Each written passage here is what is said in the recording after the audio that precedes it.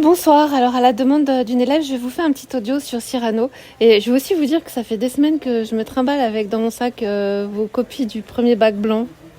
Et chaque fois, j'oublie de vous les donner. Encore ce matin, je m'étais dit, il faut absolument que dès que je vois un premier G4, que je lui donne les copies et j'oublie. Donc moi, je suis en L15. Si vous passez par là, n'hésitez pas à venir chercher votre copie. Voilà, alors, je fais un petit audio. C'est vrai que mes problématiques, elles sont quand même assez difficiles, peut-être. Je pense que la plus facile, c'est la quatrième. Dans quelle mesure la nuit, en effaçant les apparences, devient-elle le lieu de la vérité paradoxale, ou devient-elle paradoxalement un lieu de vérité, c'est-à-dire que la nuit, elle efface les apparences et en masquant certaines choses, comment la nuit peut-elle au contraire révéler des vérités? Elle révèle la réponse à cette problématique, c'est que Cyrano dit tout ce qu'il pense, tout ce qu'il a sur le cœur, tous ses sentiments pour Roxane, tout en étant caché.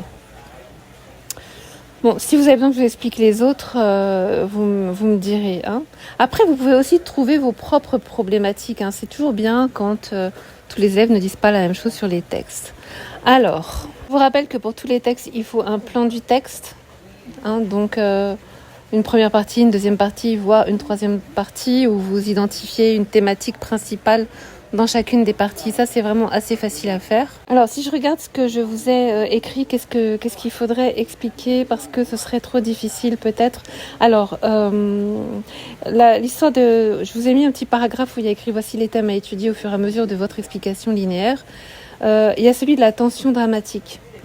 Donc, la tension dramatique, c'est ce qui se passe sur scène, c'est ce qui attire l'intérêt des spectateurs. Et j'avais dit que les spectateurs retiennent leur souffle, parce qu'ils se demandent si Roxane va découvrir la supercherie, si elle va finir par descendre et démasquer Christian et Cyrano, et du coup elle risquerait de prendre mal les choses et puis de ne vouloir plus ni l'un ni l'autre, elle se sentirait trahie, voilà.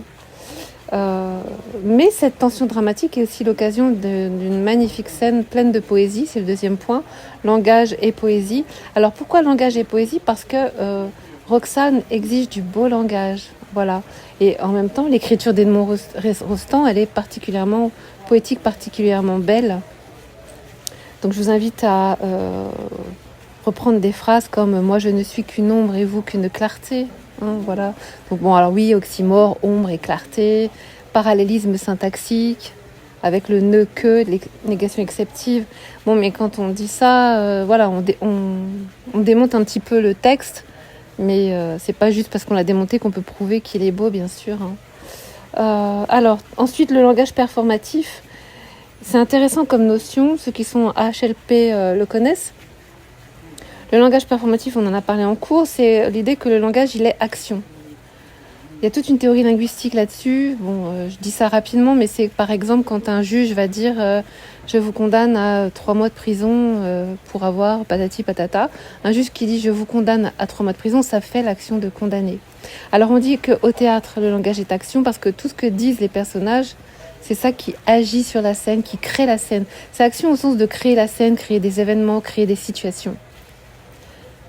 Alors, ce qu'on peut expliquer également dans ce que j'avais envoyé, c'est ce qui concernait le balcon. La scène du balcon, c'est très classique dans le théâtre. On trouve ça chez Shakespeare, par exemple. Il y a souvent des scènes de balcon au théâtre. Donc, il symbolise une certaine distance. Il y a une distance réelle entre les personnages masculins et Roxane. Mais il y a une distance finalement beaucoup plus grande parce que Christian aime Roxane et Roxane aime une certaine image de Christian, c'est-à-dire un Christian qui serait à la fois beau, intelligent et qui dirait de belles choses. Or, Christian, il est beau physiquement, mais il ne maîtrise pas du tout le langage comme Cyrano. Voilà. Et Cyrano, qui est quelqu'un qu'elle aime beaucoup, en qui elle a confiance, qui est très cher pour elle, elle ne sait pas qu'il est en train de monter cette supercherie. Donc, il y a toute une distance. Voilà, le balcon symbolise une distance beaucoup plus grande, qui est la distance entre des gens qui, dans le fond, ne s'aiment pas pour ce qu'ils sont et ne se connaissent peut-être pas vraiment.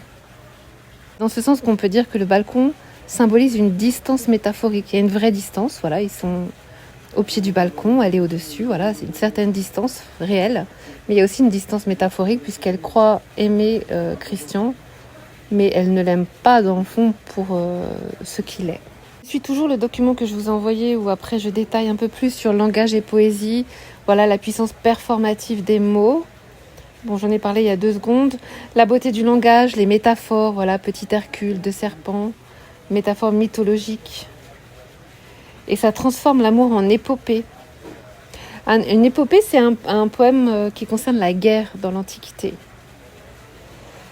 Après, tout ce que vous savez sur la poésie aussi, ça peut être utile. Et je vous rappelle que pour l'écrit, vous avez le choix entre une poésie qui est vraiment difficile, et je vous conseille d'écouter les émissions que je vous ai envoyées sur Baudelaire, ça va vous aider. Et puis une disserte sur Musset. Bon, petite parenthèse. Alors, au thème aussi principal pour l'étude du théâtre, là pour le bac, on a aussi l'idée de questionner la notion d'authenticité. À savoir que, comme je l'ai mis, Cyrano incarne le paradoxe de l'authenticité à travers le mensonge.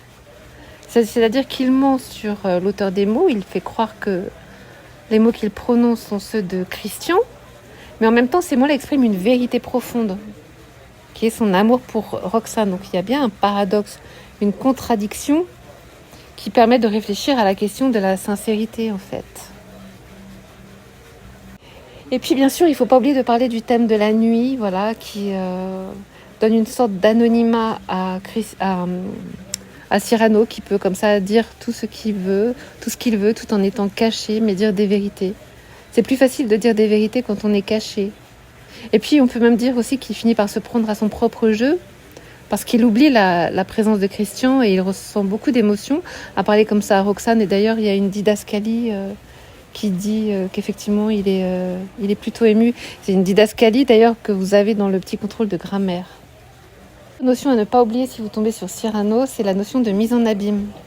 La mise en abîme, ça se retrouve dans beaucoup d'art. Par exemple, ça peut se retrouver en peinture. Quand un peintre est en train de peindre un tableau dans lequel on le voit se peindre lui-même. On voit ça au cinéma aussi. Quand au cinéma, dans un film, on va avoir une scène de cinéma qui est tournée, donc on va voir les caméras, etc.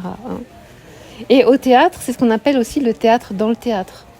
Alors c'est pas à proprement parler du théâtre dans le théâtre au sens où Cyrano ne joue pas un vrai rôle de metteur en scène, mais au sens propre, mais il est métaphoriquement un metteur en scène parce que il imagine un décor, un espace plutôt, un espace, et puis il dirige un peu les paroles, même beaucoup les paroles des personnages, il dirige toute la situation. En conclusion, vous pouvez dire que ce dialogue, c'est ce que je vous ai mis dans le petit dossier que je vous avais envoyé, questionne 2 grandes notions, vérité et illusion. Et il pose la question de la vérité en amour. Qu'est-ce qui est vrai dans cette scène, qu'est-ce qui ne l'est pas ? Aucun personnage n'est tout à fait vrai, et en même temps, ils sont profondément eux-mêmes. C'est-à-dire que Christian ne dit rien, mais de toute façon, il est incapable de dire quoi que ce soit. Cyrano maîtrise le beau langage, et c'est ce qu'il fait. Et Roxane, elle aime écouter ce beau langage, et c'est ce qu'elle fait. Mais en même temps, ils sont dans une illusion. Vous voyez, c'est paradoxal. Ils sont à la fois eux-mêmes et à la fois pas eux-mêmes. Voilà, c'est ça qui fait un peu la beauté du texte. Aussi, ce qui est vraiment important dans un texte comme ça, c'est de se laisser porter justement par sa beauté, d'essayer d'avoir du plaisir à faire ça. Quand on est professeur de français, on a envie de voir des élèves qui peuvent se laisser porter par la beauté du texte. Et c'est aussi une question de volonté. Enfin, si vous arrivez à une épreuve, on se dit oh, ça m'embête de faire ça, j'aime pas le français, ben forcément vous vous mettez dans une mauvaise disposition, quoi. Mettez-vous dans une disposition d'ouverture d'esprit, c'est-à-dire pourquoi vous n'aimeriez pas ce texte après tout ? C'est pas parce que jusqu'à présent le français ça n'a pas été votre matière préférée que ça peut pas arriver de tomber sur un texte qui vous plaise ou des livres qui vous plaisent. Il faut rester ouvert, quoi. C'est une des définitions de l'intelligence d'ailleurs, l'ouverture d'esprit, c'est la capacité à ne pas se laisser enfermer toujours dans les mêmes schémas.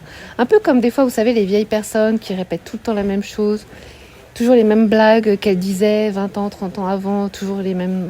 voilà. Il faut pas être comme ça, il faut être ouvert, open comme on dit. Il faut être ouvert d'esprit et prêt à apprécier des choses qu'on n'appréciait pas forcément avant. Donc essayez de vous mettre dans cette idée-là, de vous dire moi je vais faire mon oral et je vais passionner le professeur qui va m'écouter, et forcément ça va donner une autre énergie à ce que vous allez dire. Voilà, j'ai essayé de faire assez rapide de faire ça assez rapidement, mais c'est quand même toujours un peu trop long. Donc ceux qui sont arrivés jusqu'au bout, félicitations, vous avez toute mon admiration.